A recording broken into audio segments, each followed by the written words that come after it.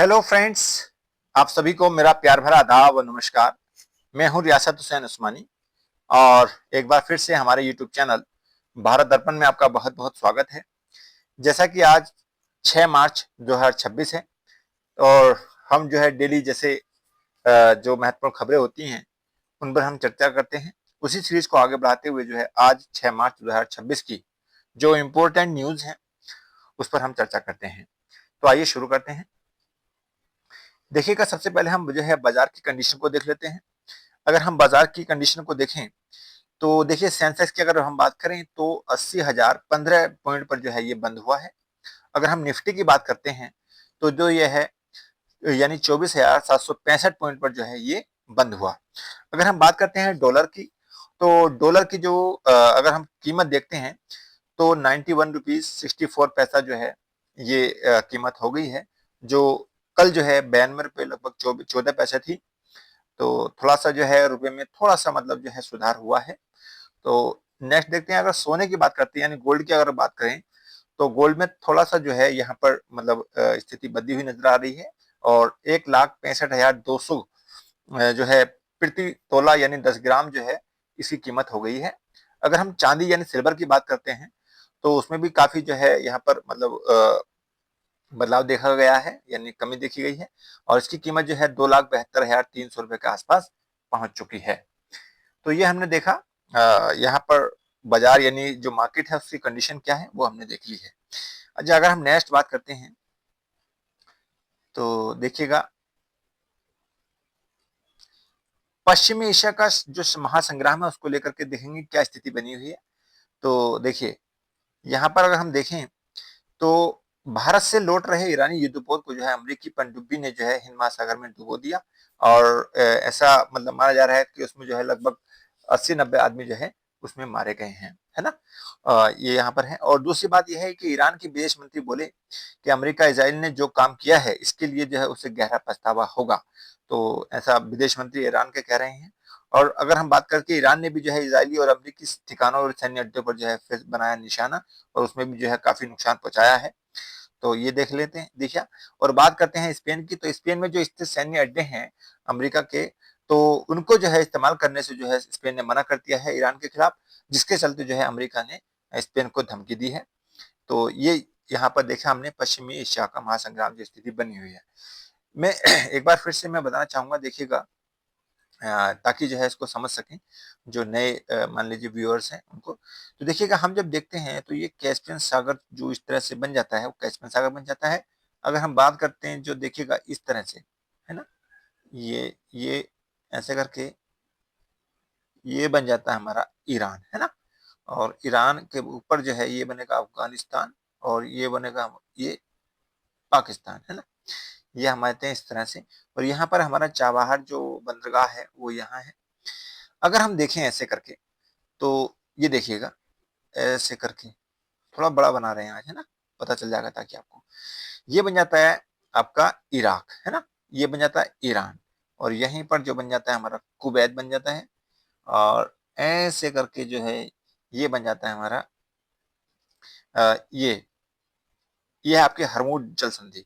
और इसके नीचे जो आ जाते हैं वो देश आ जाते हैं हमारे, देखिएगा, ओमान है, यमन है और ये सऊदी अरबी है और यहाँ पर जो है यूएई, बहरीन, कतर वगैरह यहाँ आ जाते हैं। अगर हम बात करते हैं थोड़ा सा नीचे, अगर हम ऐसे देखते हैं तो ये बन जाता है जॉर्डन और इसी से ऊपर अगर हम बराबर में अगर हम देखें तो ये बन जाता है, इसके बाद में ये बन जाता है इसराइल और फिलिस्तीन का मैप। ये है यरूशलेम और यानी इसको हम जो वेस्ट बैंक के नाम से जानते हैं इसका इलाका ये आ जाता है वेस्ट बैंक वाला और ये आ जाती है गाजा पट्टी, है ना। इस तरह से बन जाता है और ये इस तरह से जो स्थिति बन जाती है वो बन जाती है हमारी अफ्रीकन वाली और ये आती है हमारी स्वेज कैनाल, है ना। तो ये बन जाता है।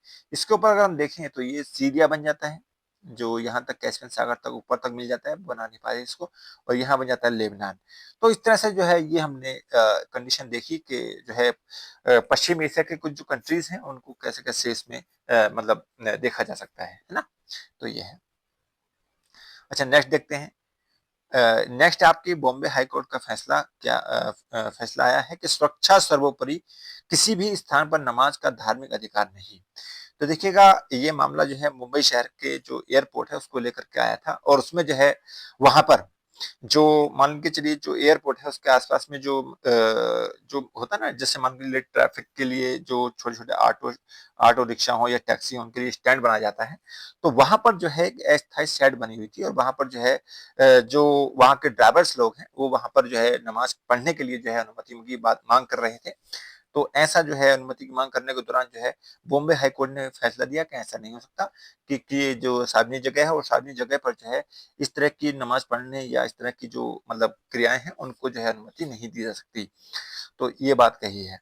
तो अगर हम बात देखिए धार्मिक स्वतंत्रता की बात करते हैं तो धार्मिक स्वतंत्रता देखते हैं कि धार्मिक स्वतंत्रता जो है जो भारतीय संविधान है उसके अनुच्छेद 25 और 26 और 27 और 28 में दिया गया है कि जो है धार्मिक स्वतंत्रता किस प्रकार होगी और किस प्रकार जो है व्यक्ति अपनी धार्मिक स्वतंत्रता के आधार पर यानी अपना धर्म को मानने और अपने जो है धार्मिक संस्थानों में किस तरह से पूजा अर्चना कर सकता है, संस्थानों की स्थापना कर सकता है और धार्मिक जो स्थल होते हैं उसमें अपनी पूजा अर्चना कर सकता है। तो ये धार्मिक स्वतंत्रता का अधिकार जो है अनुच्छेद 25, 26, 27, 28 में दिया गया है। वहीं अगर हम बात करते हैं समता के अधिकार की बात, तो समता का अधिकार जो है जो अनुच्छेद 14, 15 और 16 और 17, 18 में दिया गया है। यानी कि कहता है कि जो राज्य है और उसको जो है राज्य का जो मतलब कह सकते हैं उसके जो प्रति कार्य है और जो समता का अधिकार जो है जनता को दिया गया है कि जनता के प्रति जो समता का अधिकार प्रदान किया गया है उसमें कहा गया है कि जो है किस प्रकार राज्य सभी को सभी धर्मों को जो है मतलब समता का अधिकार देगा और किसी भी धर्म के स्तर पर या मान के चलिए किसी जाति या वंश के आधार पर जो है किसी को मतलब विभेद नहीं किया जाएगा।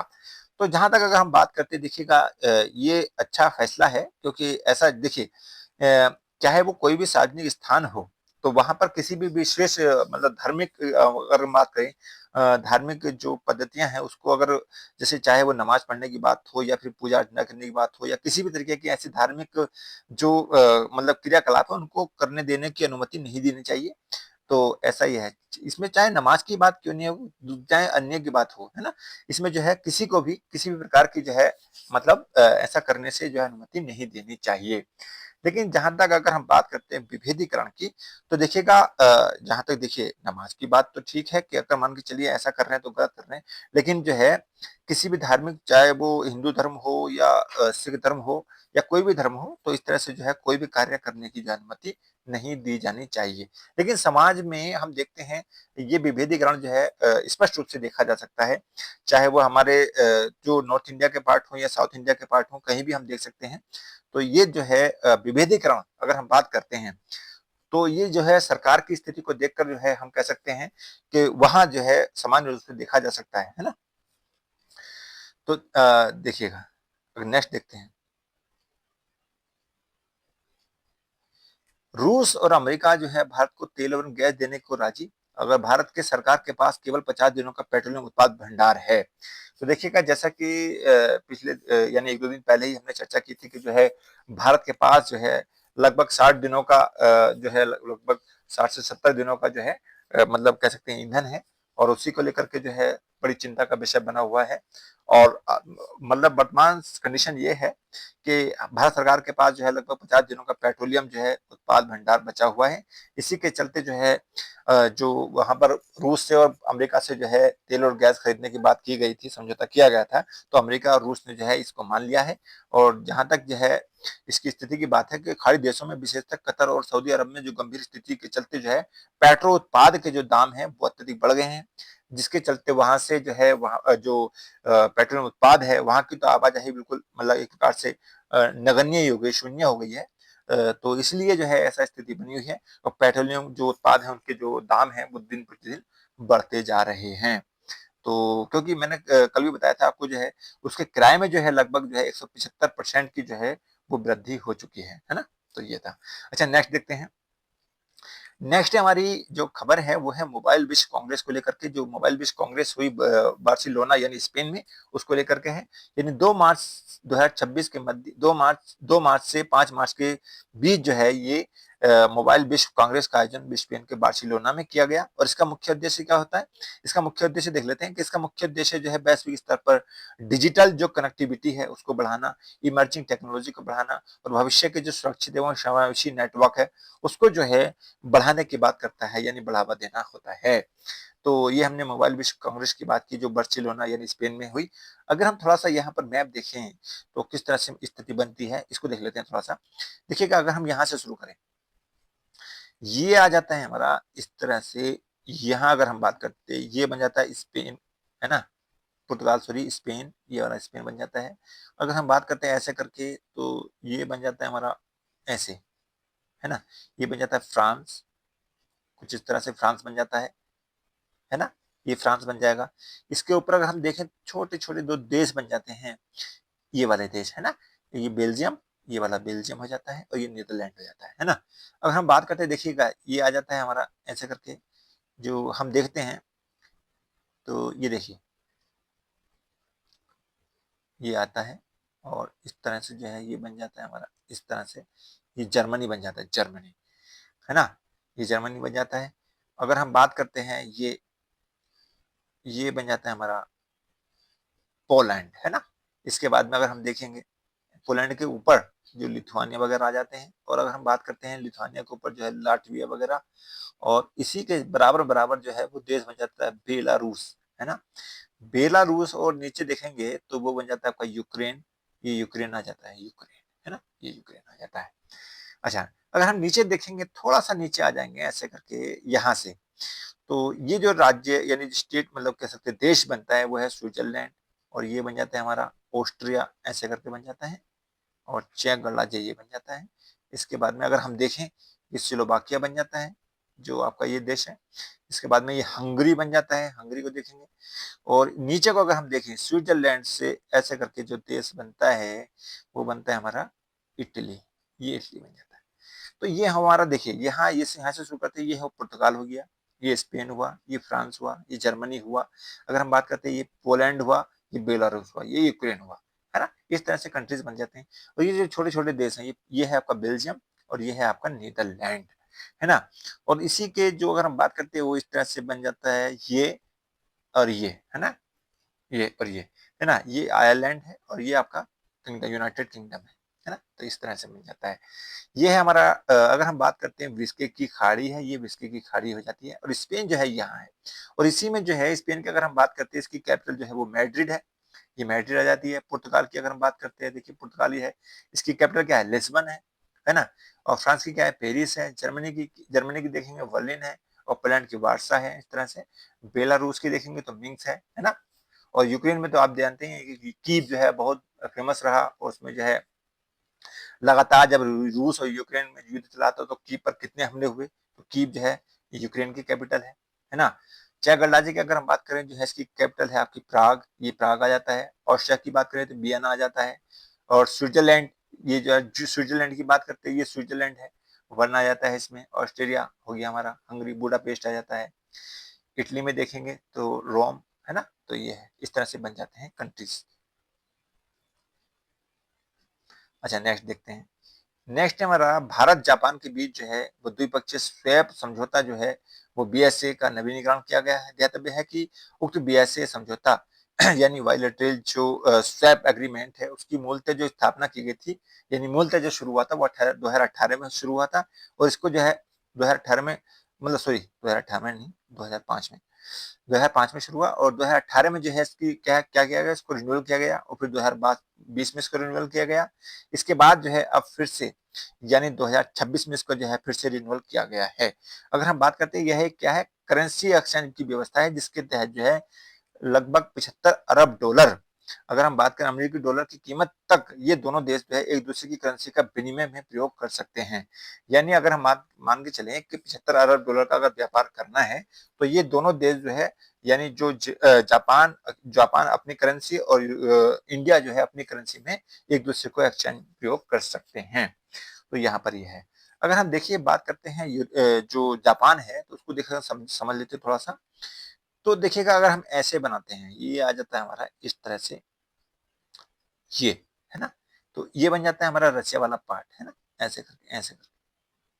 और ये बन जाता है नॉर्थ कोरिया और साउथ कोरिया, ये बन जाते हैं, ये नॉर्थ कोरिया और ये साउथ कोरिया, है ना? और इसके बाद में अगर हम देखेंगे इस तरह से बनता है हमारा जापान, है ना? ये जापान बन जाता है। जापान की राजधानी जो है वो टोक्यो है, तो इस तरह से बन जाता है ना? तो ये है। और यहाँ से नीचे अगर हम इधर देखते हैं तो ये अलास्का आ जाता है, ये बेरिंग जल संधि है ना? तो ये बेरिंग जल संधि होती है, बेरिंग सी है, अकोष्टक सागर है, तो ये सब बन जाते हैं। पीत सागर है, ये सब ऐसे करके बन जाते हैं। और इस तरह से नीचे आ जाता है, ये चाइना बन जाता है, इस तरह से चाइना आ जाता है। और नीचे को देखेंगे हम तो जो है म्यांमार वगैरह उसके जो देश हैं आसपास के वो भी आ जाते हैं, तो ये है। और नीचे आ जाता है फिलीपींस वगैरह, ये सब बन जाता है। तो आज जो है ये हमने जो महत्वपूर्ण खबरें हैं उन पर चर्चा की। मैं आशा करता हूँ कि जो है ये आपको अच्छी लगी होंगी और आपको जो है इसका बेनिफिट हो रहा होगा। और इसी के साथ जो है मैं रिक्वेस्ट करूँगा कि आप जो है हमारे यूट्यूब चैनल जो है उसको सब्सक्राइब कर लें और साथ ही साथ जो है हमारी जो वीडियो है उसको भी जो है शेयर करते रहें। जैसा कि मैंने बताया था कि जो है हम आज तक जो मानव जीवन है उसकी सभ्यताएँ और जो वर्तमान कंडीशन है, आज तक यानी जो क्या-क्या बदलाव हुए, क्या धार्मिक स्थिति रही, तो इस पर जो है मैं वीडियो बना चुका हूँ और इसकी कुछ ही जो है लगभग 1-2 घंटे में जो है पहला जो इंट्रोडक्शन वीडियो होगा, मैं इसको डालूँगा। यानी इंट्रोडक्शन वीडियो में डालूँगा मैं कि इसको क्या-क्या मैंने इसमें व्यवस्था की है पढ़ाने के लिए, यानी इसमें क्या-क्या बताया गया है। तो ये जो है पूरी जीवन मानव जीवन की सभ्यता का पूरा विकास यानी किस तरह से रहा, उस पर हम जो है इंट्रोडक्शन की एक छोटी-सी वीडियो डालेंगे 4-5 मिनट की पहले। उस पर जो है देखिए मैं किस तरह से उसको कवर करूँगा, तो उसको देखना ना भूलिएगा। तो आज के लिए बस इतना ही। जय हिंद, जय भारत, धन्यवाद।